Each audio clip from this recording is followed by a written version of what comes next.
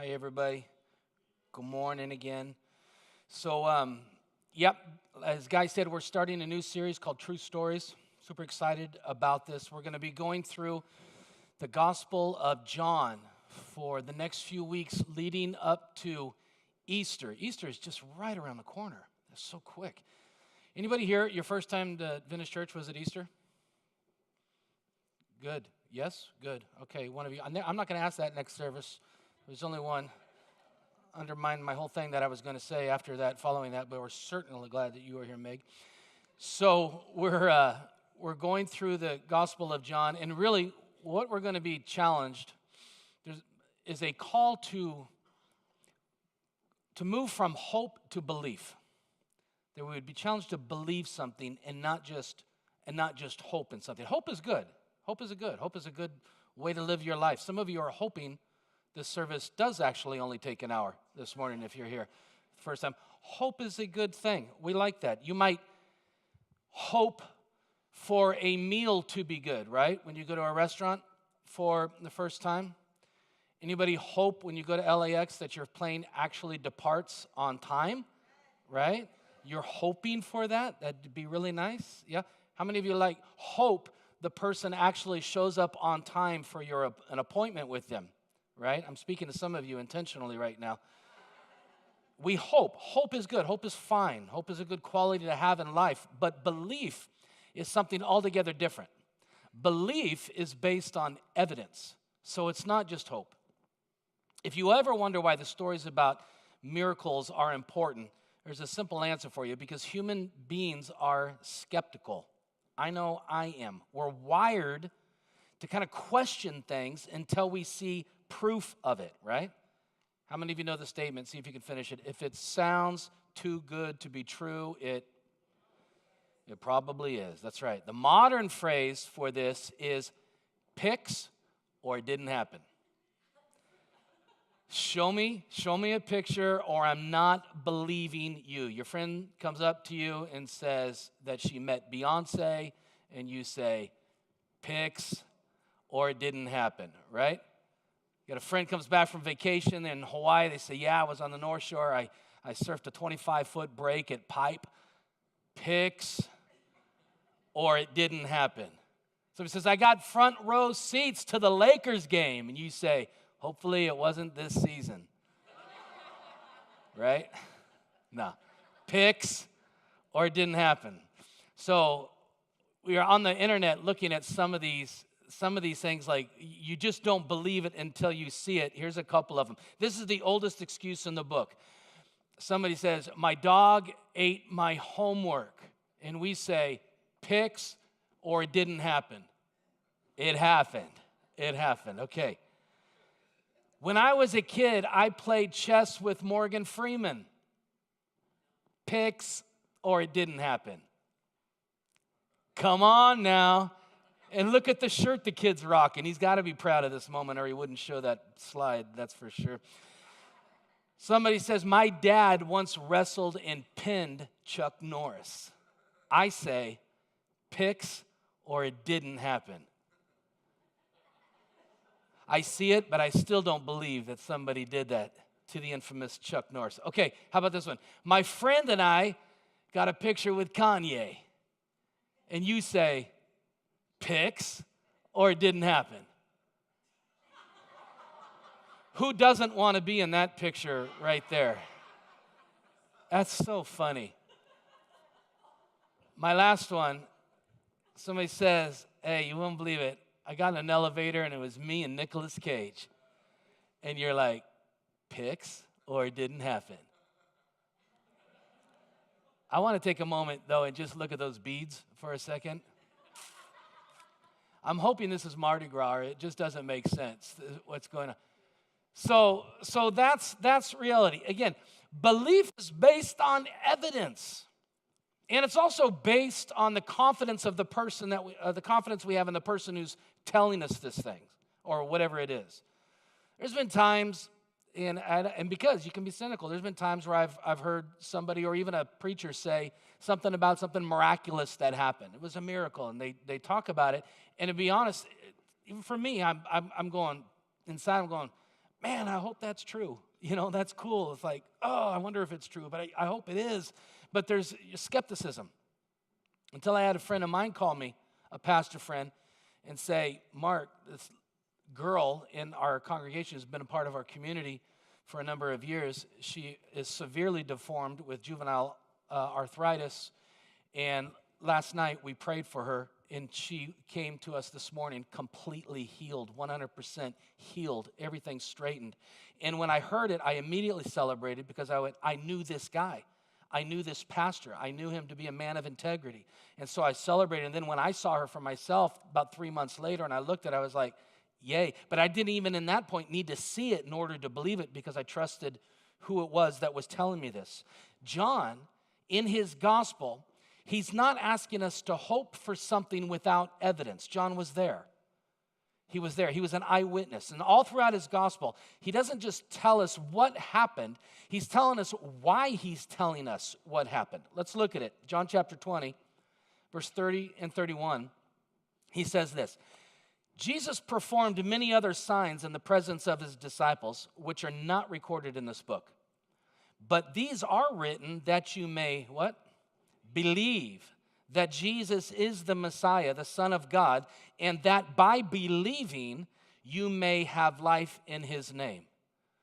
So we're going to go through John the next couple of weeks leading up to Easter. And as we do, we want to remember this, that John wrote all of these things and took record of all of these things so that we can have more than hope, so that we can have belief. We would have real, tangible reasons to lock up with Jesus. And this has been my journey, the journey of so many people of faith, is that we come into it, and it's like you are hoping. But then over time, your hope morphs into belief because you've seen that the claims of Christ are true. It's not when you become a Jesus follower, you just put reason out the door or evidence out the door, science out the door. That's not true. You see the evidence. I've seen the evidence not only in the miraculous, but I've seen the evidence of Scripture, his promises, as it's been accounted for in my life and in thousands of other people's lives that I've walked with, and see that this is true. So this morning, we're going to look at one of these stories that John highlights. In fact, it's the first miracle that Jesus ever performed. It's in John chapter 2. It's a pretty popular story. It's the one where Jesus turns water into wine. And some of you are like, my favorite, right there. I was with some of you last night at a social gathering. Some of you, I know this is your favorite story. Some of you might like it a little too much. So here we go. John chapter 2. We're going to read the whole thing in context, okay? So stay with me. It's a very fascinating passage of Scripture. It says, the next day there was a wedding celebration in the village of Cana in Galilee. Jesus' mother was there. And Jesus and his disciples were also invited to the celebration. The wine supply ran out during the festivities, and so Jesus' mother told him, they have no more wine. Dear woman, that's not our problem, Jesus replied. My time has not yet come. But his mother told the servants, do whatever he tells you. Standing nearby were 6 stone water jars used for Jewish ceremonial washing. Each could hold 20 to 30 gallons. Jesus told the servants, fill the jars with water. When the jars had been filled, he said, now dip some out and take it to the master of ceremonies. So the servants followed his instructions. And when the master of ceremonies tasted the water that was now wine, not knowing where it had come from, though of course the servants knew, he called the bridegroom over. A host always serves the best wine first, he said. And then when everyone has had a lot to drink, he brings out the less expensive wine. But you have kept the best until now. This miraculous sign at Cana in Galilee was the first time Jesus revealed his glory, and his disciples believed him. So let me pull a few things out of here. The first thing we see here is that Jesus did this miracle in a superordinary place called Cana. There was nothing really spectacular about Cana, nothing that really set it apart. But Cana was just another normal town. But it was here in Cana, in this ordinary place, that Jesus did his first miracle. And I like that. I like that he comes into the ordinary. Because sometimes we feel our lives, our stuff is a little too ordinary for big God, right? He's got bigger things to be interested in than my ordinary circumstances and my ordinary life. But when you look at the life of Jesus and you read the gospel and you see the accounts, he was very much into ordinary people.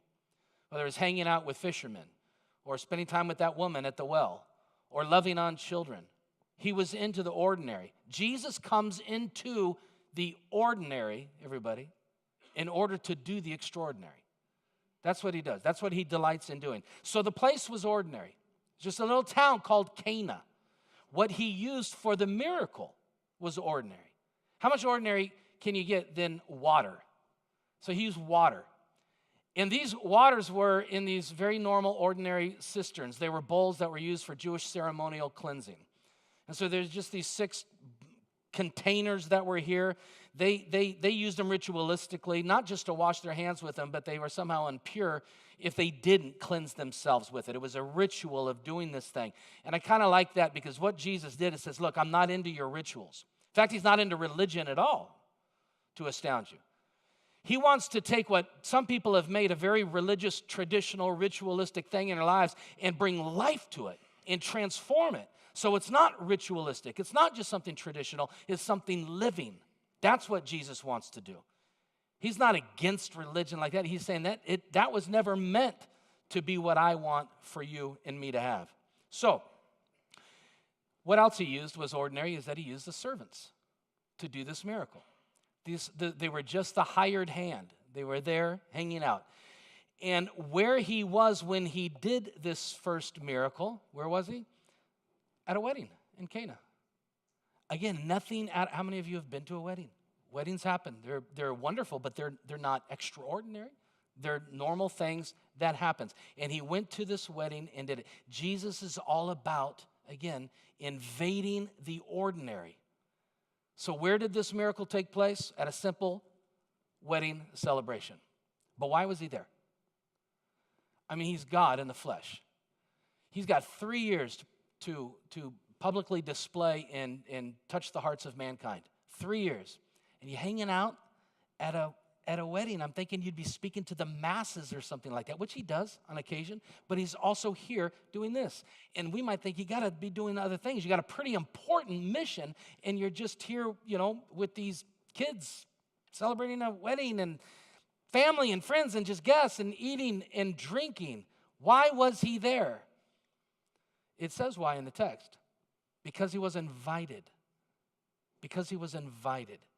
Where, you can write this down in your outline, where did this miraculous moment take place? Where he was invited. Jesus was simply there because he was given an invitation.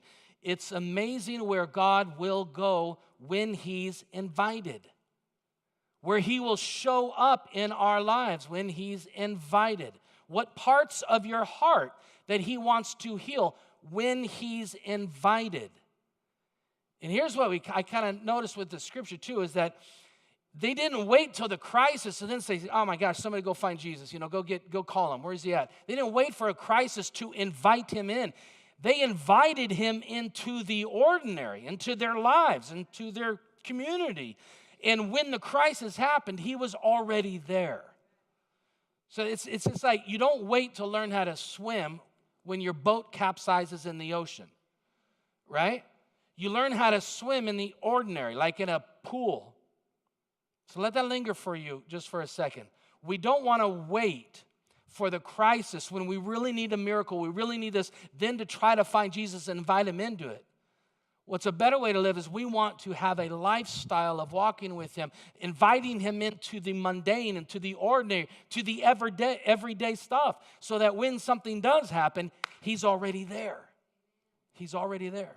And that's what we see happened right here. Jesus was there because he's invited. Now, back to the story. When Mary, Jesus' mother, first asks him, hey, help out here, he says to her that it wasn't his time to be revealed, so he didn't do it. But watch what Mary does next. She doesn't go back to him and try to talk him into it. She turns to others and solicits them because she knows her son. She knows who he is. She knows what he's like. She knows how he operates. She knew that if others get involved, then he'll get involved. If others get involved to do something, then he'll get involved. So this miraculous moment took place where he was invited, and you can write this down. It also took place when they got involved. That's when it happened, when they got involved. She said to the servants, do whatever he tells you. Do whatever he tells you. And I'm thinking, okay, if you're one of those servants, you're probably looking at each other like, okay, I don't really know what that means. But okay, And so they walked up to him, ready to participate. Hear me on this. Jesus gets involved when you get involved.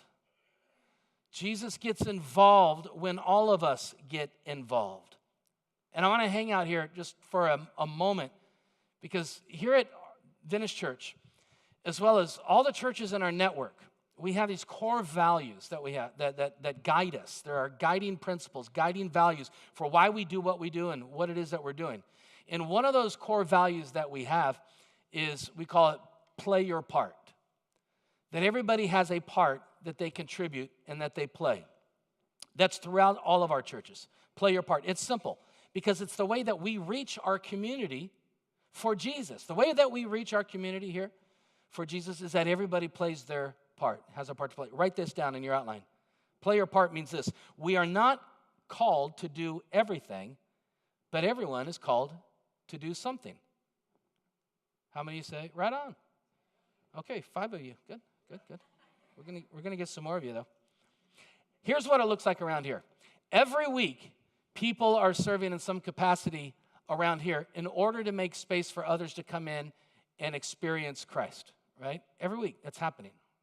So somebody's driving down the road on Venice Boulevard or over here in the neighborhood, and they see the sign. Oh, there's a Venice Church sign. And it's got arrows pointing that way, times and stuff like that. And even if they don't go, oh gosh, I gotta go, it's in their mind. Maybe it's a month later or 2 months later, they're thinking about, going to church or wanting to find God, and they remember there's a sign over there. There's a church over in that area. Somebody got up really early this morning and put those signs out there, one of our volunteers. Every week, I hear somebody will come up and share wonderful things. They were touched in a service, something happened, and they had an experience with God, and I'm so grateful that maybe they came in as a skeptic, which I've heard this many times, came in as a skeptic but hung out and stayed with it, and all of a sudden they found a relationship with God and their lives are changed. And they've been in here receiving and experiencing worship and doing that. But I also know while they were in here, one of our volunteers was watching their children and ministering to their children so that they can come in here and have an experience. You see, that's why we do what we do even around here, is to show, hey, we want to make space for those who don't even yet believe, right? To come in here. And the way that we can do that is by serving and creating space. When we get involved, then Jesus does those miracles in here in people's lives. He does those because he sees people getting involved. Look at that insert you have in your program. Go ahead and pull that out real quick. All these things. I love them.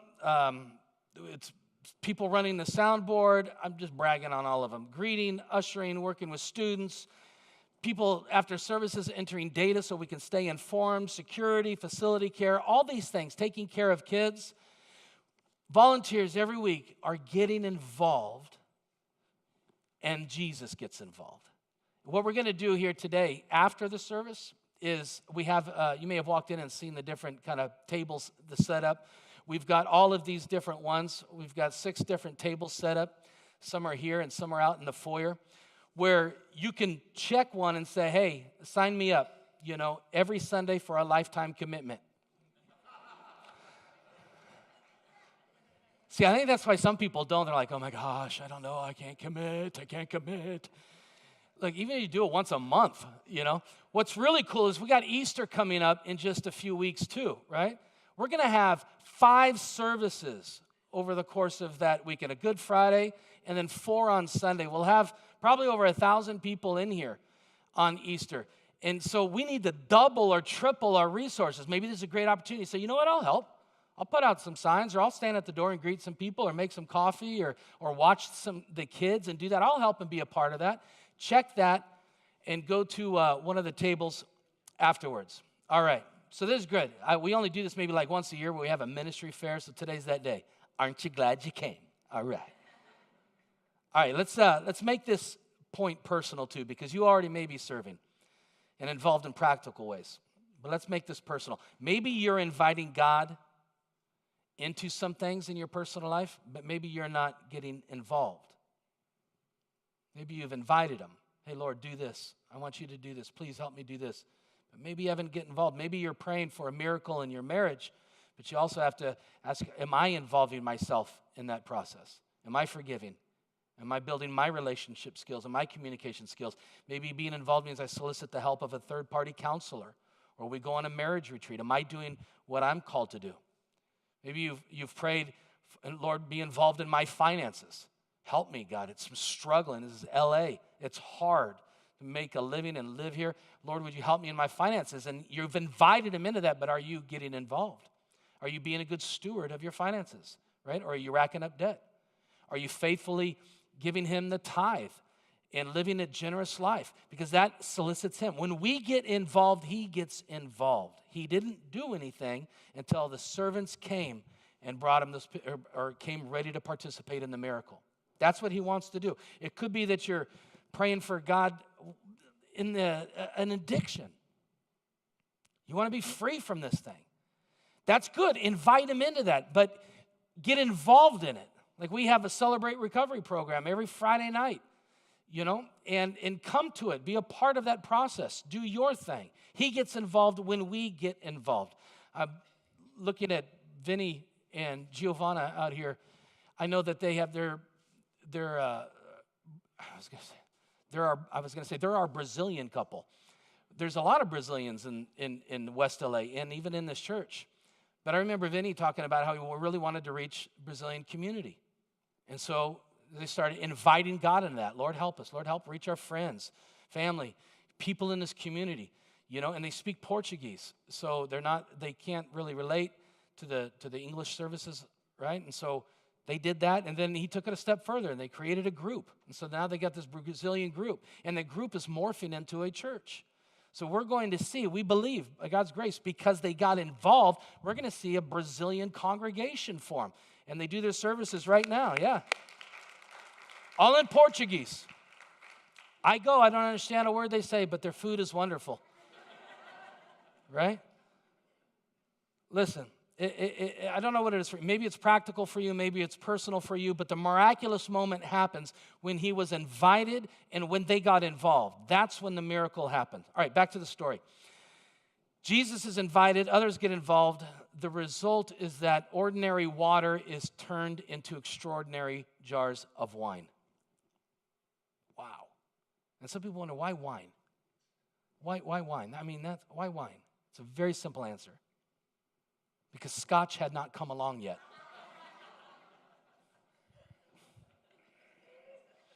Nah.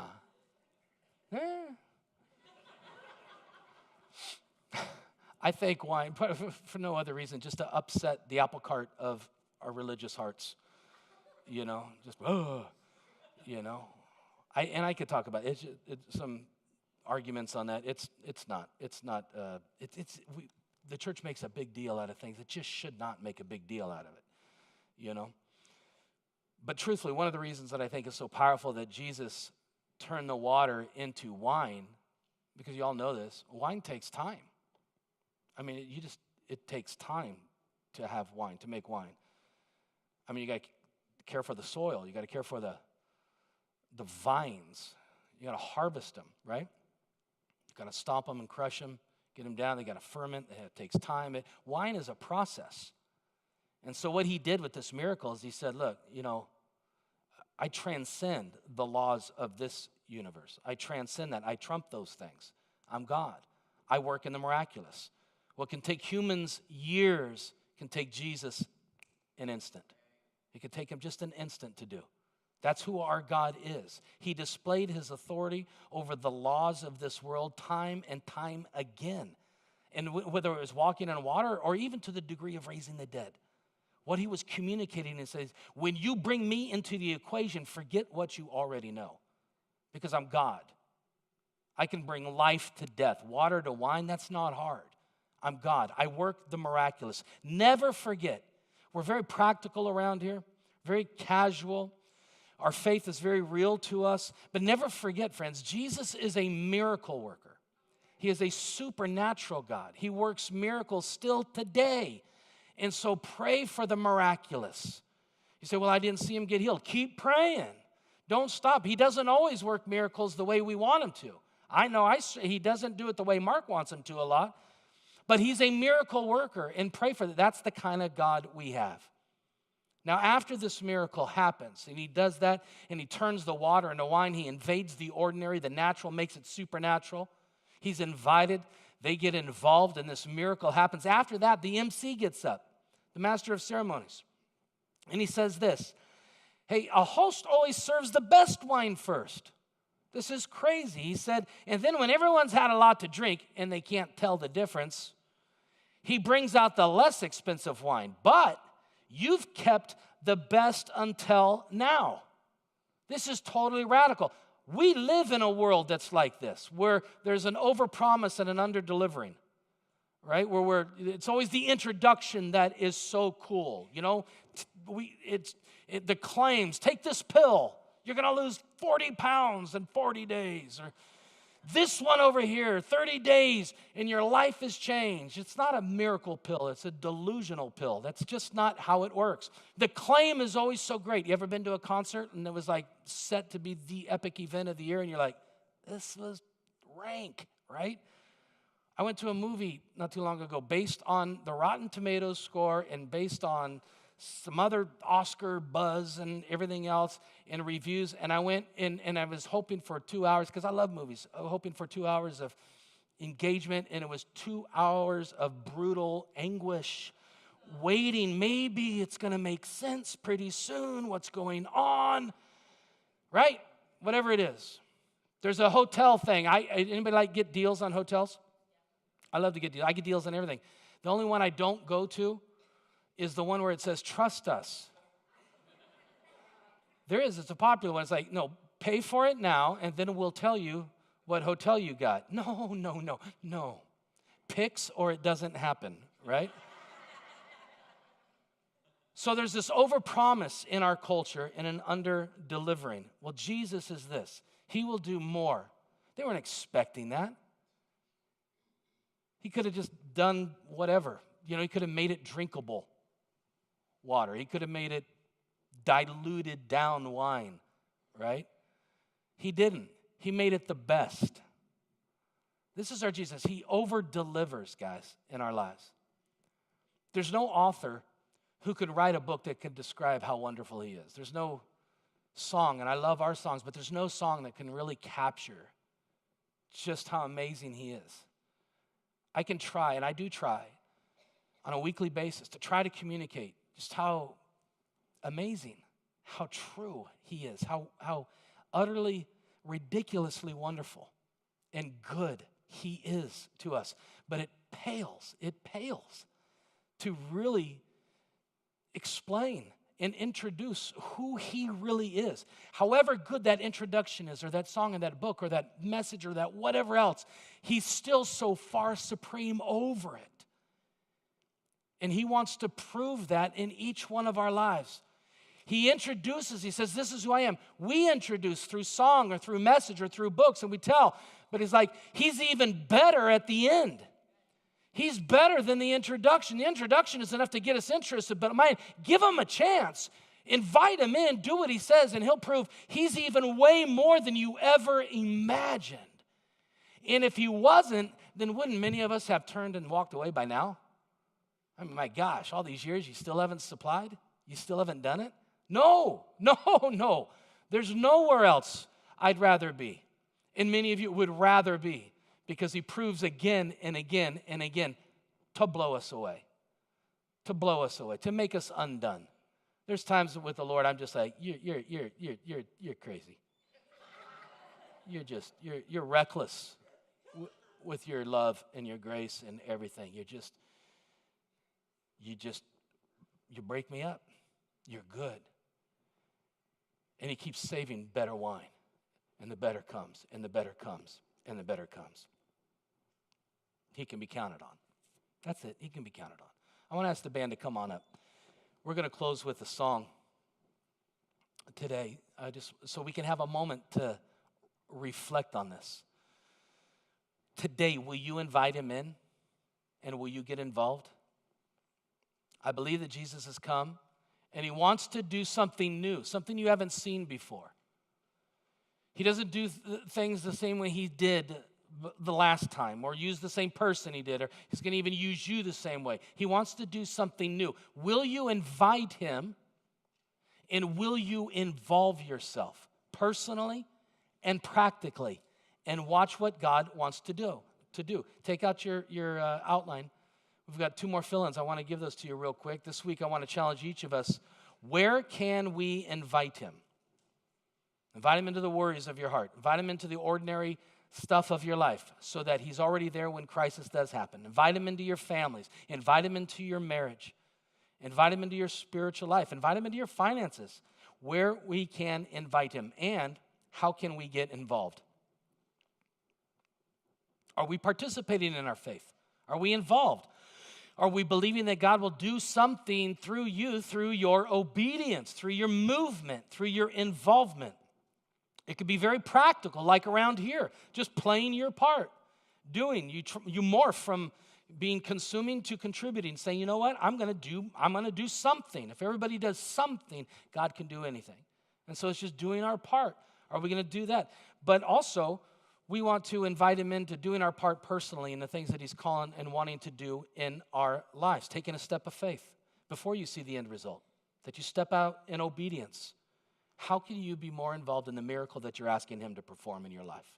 That's what we want to think about. That's what we want to be challenged with. And it's amazing what happens when we get involved. So we're going to sing this song.